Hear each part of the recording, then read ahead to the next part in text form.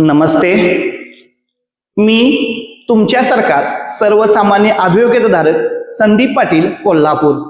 आज आपण अतिशय महत्वपूर्ण विषयावर बोलणार आहोत.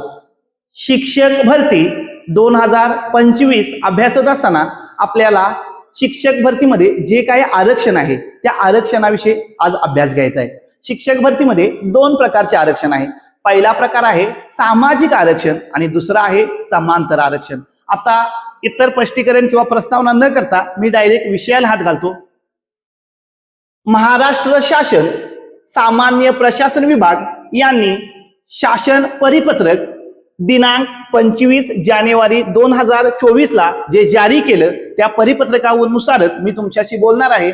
आणि इथं मोठ्या अक्षरात लिहिलं आहे, राज्यात शासन सरळ सेवा पदभरतीमध्ये समांतर आरक्षणाची काटेकोर अंमलबजावणी करण्याबाबत. आता हे सगळं नियम न वाचता विषयाकडे जातो. थोडस समांतर आरक्षण म्हणजे काय आणि सामाजिक आरक्षण म्हणजे काय इथं परिपत्रकात नोंद करायचा प्रयत्न केलाय. राज्यात शासन सेवेत सरळ सेवा भरतीसाठी मागासवर्गीयांसाठी आरक्षण धोरण लागू आहे.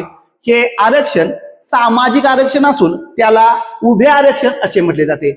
जे सामाजिक आरक्षण आहे त्याला उभे आरक्षण असं म्हटलं जातं आणि काही विशेष घटकांना जे आरक्षण दिलं आहे त्यालाच आपण समांतर आरक्षण किंवा आडवे आरक्षण असे म्हणतो. आता विशेष घटक म्हणजे कोण, तर महिला भगिनी असो किंवा प्रकल्पग्रस्त भूकंपग्रस्त खेळाडू यांना आपण विशेष घटक असं म्हणतो. तर आपण सद्यस्थितीत राज्यात नेमकं सामाजिक व समांतर आरक्षण किती आहे याविषयी माहिती घेऊया. सुरुवातीला आपण सामाजिक आरक्षणाविषयी माहिती घेऊया आणि हे आरक्षण टक्केवारीत आहे.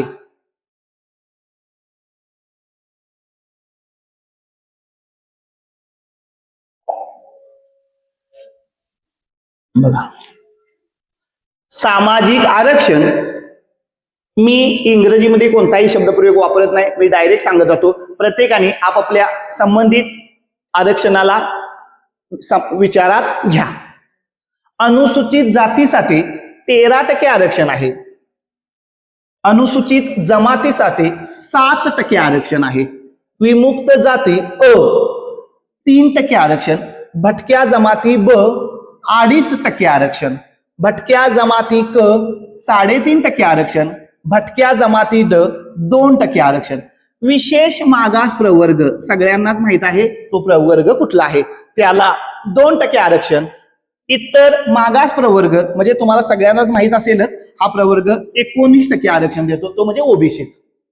आणि आर्थिक दृष्ट्या दुर्बल घटकांना 10% आरक्षण आहे. आता आर्थिक दृष्ट्या दुर्बल घटक म्हणजे कुठला, तर EWS. अशा पद्धतीने महाराष्ट्रात एकूण 62% आरक्षण दिलं जातं. आता तुम्हाला एक गोष्ट जाणवली असेल, यामध्ये एका घटकाचा उल्लेख तुम्हाला दिसला नाही, तो घटक आहे SEBC. तुम्ही म्हणाल यात SEBC कुठं नाही. SEBC म्हणजे सामाजिक दृष्ट्या कमी असणाऱ्या घटकांसाठी दिले जाणारं आरक्षण आणि EWS म्हणजे आर्थिक दृष्ट्या कमी असलेल्या घटकांसाठी दिलं जाणारं आरक्षण.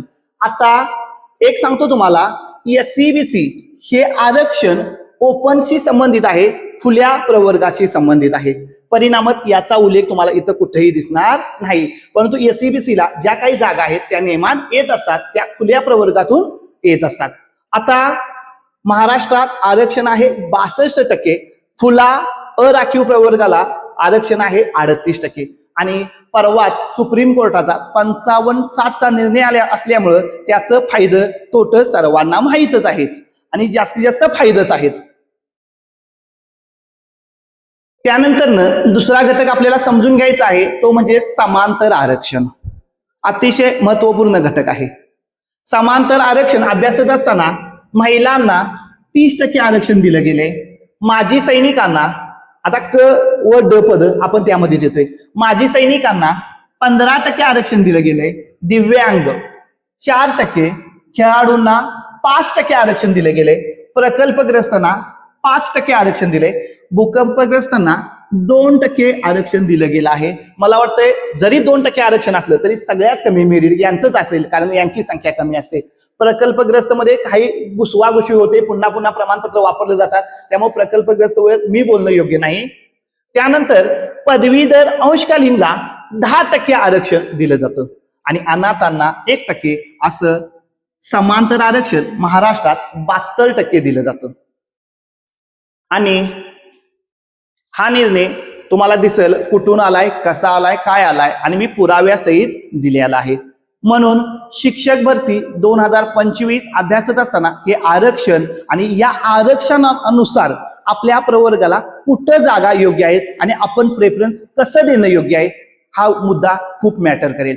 कारण प्रेफरन्सची संख्या मर्यादित आहे, तुम्हाला सगळ्यांनाच माहित आहे. त्यामुळं मला गुण जास्त आहेत मी असा प्रेफरन्स द्यायला पाहिजे, मला गुण कमी आहेत मी असा प्रेफरन्स द्यायला पाहिजे. त्यापेक्षा मला तरी वाटतंय की प्रेफरन्स या विषयावर सुद्धा तुम्ही स्वतःहून स्वतःला वेळ द्या. आम्ही आमच्या पद्धतीने यावर काम करत आहे. पण शिक्षक भरती 2025 अभ्यासत असताना आरक्षण हा घटक खूप महत्वपूर्ण ठरेल. आमचा जर व्हिडिओ तुम्हाला आवडला तर आमच्या चॅनेलला सबस्क्राईब करा आणि एक छोटासा लाईक करा. यापेक्षा सुंदर व्हिडिओ पुढल्या प्रयत्नात करायचा प्रयत्न करेल. आरक्षण हा विषय मी माझ्या भाषेत सांगायचा प्रयत्न केलाय. SC-BCच्या बाबतीत जर कोणाची शंका असेल तर त्यांची सुद्धा शंका मी वैयक्तिक सुद्धा सॉल्व्ह करेल. व्हिडिओ कसा वाटला हे नक्की कमेंटमध्ये कळवा. धन्यवाद.